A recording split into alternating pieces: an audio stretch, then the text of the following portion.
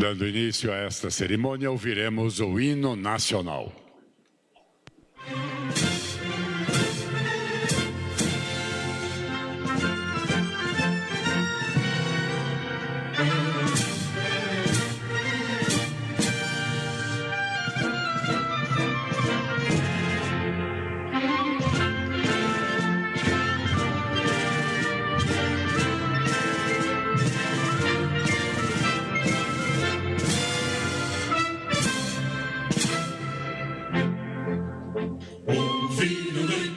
Nas margens plácidas de povo heróico, bravo, retumbante, no sol da liberdade, raios fúlgidos brilham no céu da pátria nesse instante.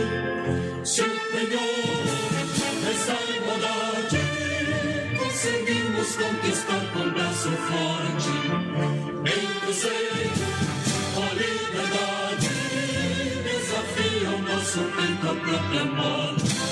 A pátria amada, na tradição me salve. Brasil, um sonho denso, raio lívido, de amor e de esperança a terra desce. Se teu formoso céu risonho e límpido, a imagem do cruzeiro resplandece. Gigante pela própria natureza, estrelas forte pálido colosso, e o teu futuro espelha essa grandeza. Terra dourada, entre outras lutas do Brasil, a pátria amada, os filhos deste sol mais gentil, pátria amada Brasil. Deitado eternamente em berço esplêndido, ao som do mar e a luz do céu profundo, fulgura as obras e florão da América, iluminado ao sol do novo mundo. Do que a terra mais árida, os sonhos lindos campos têm mais flores, nossos bosques têm mais vida, nossa vida no teu seio mais amor. A pátria amada na tradição me salve. Brasil de amor eterno seja símbolo, lá para o teu centas estrelado, e diga o verde louro desta flora, nós no futuro e glória no passado.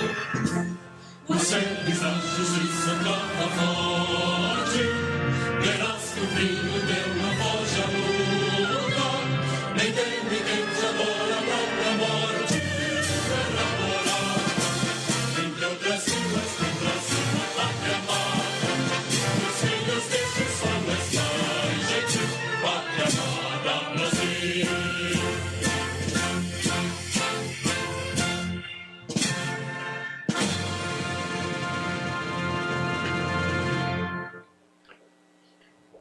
Pedimos que tome seus assentos.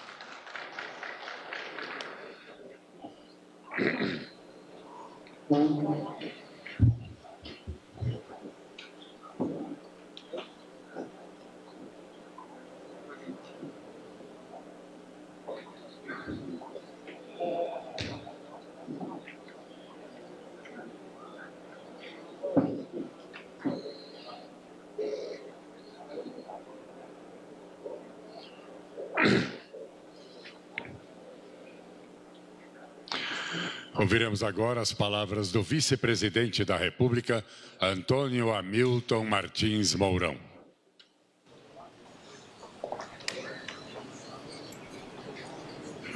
Senhor presidente da República, Jair Bolsonaro, meu bicho na Academia Militar das Agulhas Negras.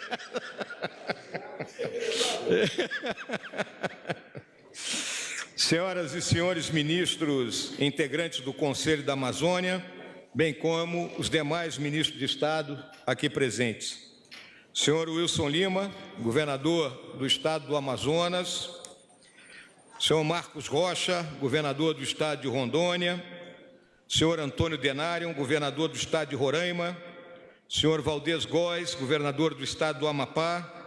Senhor Vanderlei Castro, governador em exercício do Estado do Tocantins.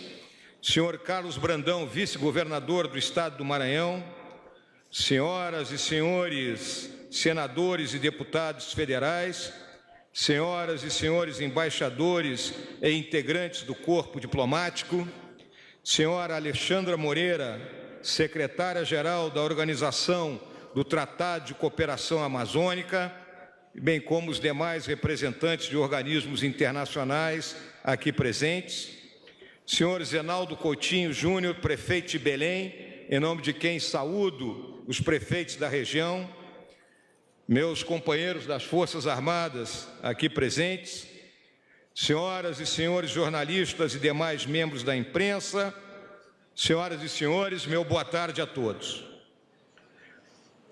Honrado com a confiança em mim depositada pelo senhor presidente da República, Jair Bolsonaro, ao atribuir-me a missão de coordenar o Conselho da Amazônia, digo-me também orgulhoso de fazer parte de um governo que tem a coragem de assumir, pública e institucionalmente, a tarefa de proteger, preservar e desenvolver a Amazônia brasileira.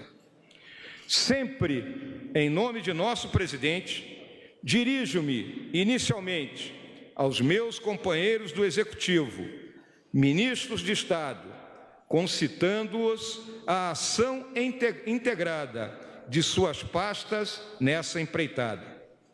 Estamos falando de 25 milhões de brasileiros que vivem na Amazônia, muitos deles desassistidos, mas também das riquezas incomensuráveis que lá renascem, em boa parte desconhecidas, de uma vastidão de 60% do território nacional, ainda hoje mal articulada e carente da presença do Estado.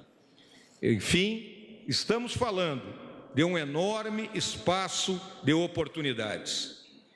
É do que se trata o Conselho da Amazônia, de uma oportunidade que não podemos deixar passar, de fazer história, reiterando o compromisso deste governo com as futuras gerações, ao estabelecer as bases de uma verdadeira política de Estado para a região. Dirijo-me também à nossa população, apelando ao seu patriotismo e bom senso para a compreensão de que a proteção, preservação e desenvolvimento sustentável da Amazônia é uma tarefa de todos os brasileiros, a partir do entendimento de que se trata algo de seu interesse, do interesse nacional, no qual confluem as instituições do Estado em todos os níveis de administração e a sociedade civil organizada em suas múltiplas expressões, característica da democracia pujante que é a nossa. Precisamos e queremos ouvir estados, municípios, academia, empresariado e entidades dedicadas ao bem comum em nossa sociedade. Concluo dirigindo-me ao senhor presidente Bolsonaro, agradecendo pela honrosa missão recebida, a qual dedicarei os melhores esforços meus e de minha equipe. Tenha certeza, senhor presidente, de que trabalharemos para que sua desassombrada decisão de constituir o Conselho da Amazônia seja pelo resultado do trabalho harmônico e integrado de ministérios, instituições e órgãos do governo federal, reconhecida como uma das mais importantes da história recente do país. E se me faltassem palavras para expressar nosso compromisso com a Amazônia, eu me socorreria nas do general Rodrigo Otávio Jordão Ramos, o grande impulsionador da presença da lendária engenharia do Exército Brasileiro na região. Abre aspas. Árdua é a missão de desenvolver e defender a Amazônia. Muito mais difícil, porém, foi a de nossos antepassados de conquistá-la e defendê-la. Fecha aspas. A selva nos pertence e a Amazônia nos une. Muito obrigado.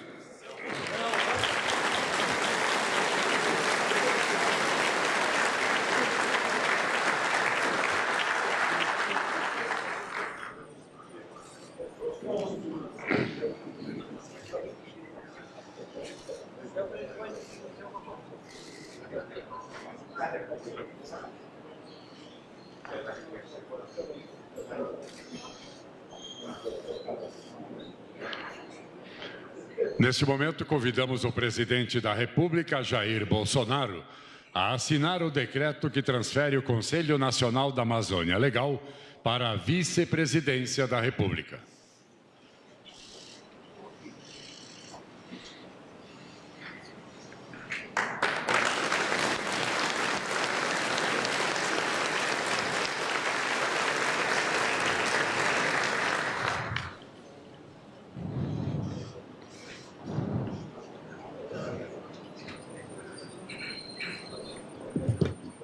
Senhoras e senhores, com a palavra o presidente da República, Jair Bolsonaro. Prezado vice-presidente, senhores ministros, colegas da Amazônia, brasileiros, já que o Mourão falou que eu fui bicho dele na academia, né? Em 74 era primeiro ano, ele era terceiro. Tá? E, obviamente, pouco lembro dele daquela época, mas ele sempre era bem lembrado por tudo que fazia. Então, hoje em dia, eu estou muito orgulhoso de tê-lo ao meu lado como vice-presidente e nessa missão que ele assume a partir de hoje. Mas, como eu estou um pouquinho velho, eu quero fazer uma lembrança aqui de uma coisa que aconteceu comigo em 1992. Não sei se o Átila Lins estava lá já. Estava lá, né, os mais antigos aqui. Era o primeiro mandato meu, deputado federal, e na Comissão de Defesa naquele momento. O senhor Collor de Mello determinou ao senhor ministro da Justiça que assinasse uma portaria para que desse início à demarcação da terra indígena Yanomami. Eu, obviamente, como parlamentar, todos nós somos do Amazonas, entrei com um projeto de decreto legislativo contra a imensidão da área, o equivalente a 2 vezes o tamanho do estado do Rio de Janeiro, com aproximadamente 9 mil índios, isso era uma suposição, mas um pedaço de terra mais rico do mundo, tirando os gases, tá? Embaixo da terra, uma tabela periódica completa. Até coisa que desconhecíamos naquela época. Obviamente, a região amazônica tão rica, não só em biodiversidade, riquezas minerais, espaços vazios, gás, petróleo, água potável, desperta a confiança do mundo, obviamente. E eu ouso dizer que, naquele momento, eu até ganhei um elogio do jornal Globo. Eu acho que foi o último elogio que eu tive no Globo na minha vida. Um editorial em negrito, né, concordando com as minhas teses de que era muita terra para pouco índio, e levando-se em conta, obviamente, a riqueza existente naquela área. Bem, o governo, obviamente, semanas depois, General Heleno fez com que sua cavalaria descesse ao parlamento e eu fui flagrosamente derrotado na Comissão de Defesa Nacional. E também ouso dizer que talvez essa nossa preocupação fez com que fosse deflagrada uma verdadeira indústria das demarcações de terras indígenas. Hoje temos o estado de Roraima praticamente tomado, grande parte da Amazônia. Existe no Brasil todo. Deixo bem claro que ninguém é contra dar devida proteção e terra aos nossos irmãos índios. Mas da forma como foi feito, e hoje em dia reflete 14% do território nacional demarcado como terra indígena, é um tanto quanto abusivo. Sem levar em conta, levando-se em conta, em especial também, vemos o estado de Mato Grosso, para você escoar a produção de determinadas áreas, estradas têm que fazer zigue-zague, caso contrário, porque não pode passar por cima de reservas indígenas. Bem, em boa hora, chegou o nosso almirante Bento, do Ministério das Minas e Energia, e apresentou um projeto, de modo que vai depender do parlamento, temos aqui deputados e senadores, de modo que os nossos irmãos índios, se assim o desejarem, eles poderão fazer em sua terra tudo aquilo que o seu colega branco fazendeiro faz ali do lado. É a maneira que nós temos de começar a resgatar isso que parecia que estava perdido. Então, este conselho criado nessa data, onde temos o general Mourão como presidente, cuja composição de equipe não implica em qualquer ônus para nós, porque ele vai usar a própria estrutura da vice-presidência para levar avante, então, propostas as mais variadas possíveis para preservar, desenvolver a nossa região amazônica. Creio eu que é uma boa decisão, que nasceu num encontro onde ativamente participou o nosso ministro Ricardo Salles. Mas é um projeto de governo. E assim sendo, eu tenho muita esperança que possamos dar a devida resposta àqueles que nos criticam. O ano passado, um chefe de Estado da Europa ousou dizer que a soberania sobre a Amazônia não era nossa, era relativa. E outras autoridades falaram coisas semelhantes no passado. Nós temos, então, que nos preparar, temos a capacidade de se antecipar a problemas e realmente implementar políticas que passem a cada vez mais dizer que a Amazônia realmente é nossa. E nós queremos que ela seja preservada, mas que também os seus bens não fiquem lá simplesmente escondidos para sempre. Queremos a Amazônia cada vez mais brasileira. A Amazônia realmente nos pertence, general Mourão. Nos pertence, colegas da bancada amazônica. E somente se interessando por ela e apertando políticas que realmente possam mostrar que ela é nossa, que nós somos responsáveis pela sua soberania, é que nós vamos reverter, se Deus quiser, aquilo que grande parte da mídia interna e externa fez contra esse pedaço de terra mais rico, não só do Brasil, bem como do mundo. Então, prezado general Mourão, meu colega mais antigo de Academia Militar das Agulhas Negras, boa sorte, felicidades, e todos nós sabemos que Vossa Excelência tem competência mais do que suficiente para que este Conselho atinja o objetivo que é o interesse de todos nós. Muito obrigado a todos.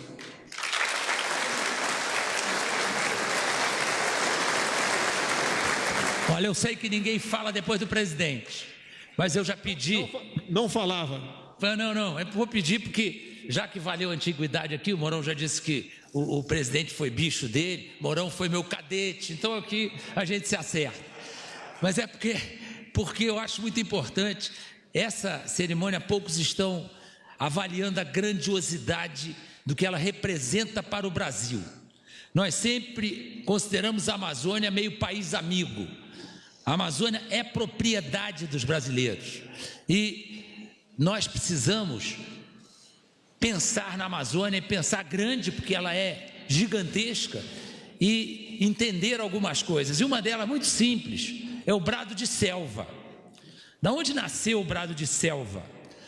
Um homem que contribuiu decisivamente para que a Amazônia aparecesse para o Brasil inteiro foi o coronel Jorge Teixeira. Ele criou o Centro de Instrução de Guerra na Selva, nos idos de 1965. E o Centro de Instrução de Guerra na Selva é hoje um exemplo de centro de instrução no mundo inteiro. O mundo inteiro reconhece que nós temos o melhor combatente de selva do mundo. E essa história de melhor tem que se estender para toda a Amazônia. Não adianta nós termos só o melhor combatente de selva. Nós precisamos fazer da Amazônia alguma coisa que nos orgulhe profundamente. E o brado de selva nasceu na época da construção do Centro de Instrução de Guerra na Selva. Coronel Teixeira, Jorge Teixeira, famoso Teixeirão, foi prefeito de Manaus, depois governador de Rondônia, 2 missões que ele cumpriu de forma admirável. E o Teixeirão, ele era avesso a qualquer burocracia, ele detestava papel. Onde ele passava, ele deixava um rastro de destruição na parte burocrática, na parte de papelada. O outro que vinha depois dele tinha que dar uma ajeitada no terreno, né? Foi o que aconteceu com o general que foi o comandante do SIG, depois dele comandar 5 anos, teve que dar uma ajeitada na administração, que estava tudo de cabeça para baixo. E o Teixeirão achava muito demorada a saída das viaturas do SIGs para construir as bases de instrução no entorno de Manaus, algumas a mais de 50 quilômetros da sede do centro de instrução. Então ele adotou o seguinte: as viaturas que eram do centro de instrução, quando passassem pelo corpo da guarda, não precisava anotar o número da viatura, quilometragem, quantos litros de gasolina, bastava falar selva, tá? E passava. Então nós vamos agora fazer uma homenagem a essa Amazônia, que naquela época já pensava em ter a grandiosidade de João Mourão de assumir isso, e a grandiosidade do presidente de bancar essa iniciativa, e vamos fazer um brado de selva aqui. É o seguinte, eu vou dizer o seguinte: tudo pela Amazônia, e em seguida a gente fala selva. Agora tem que ser com vontade, não pode ser aquele brado de selva, né? Então, brocha. Tem que ser um brado de selva para valer, né? Então vamos lá. Tudo pela Amazônia? Selva! Acho que pode melhorar. Tudo pela Amazônia? Selva!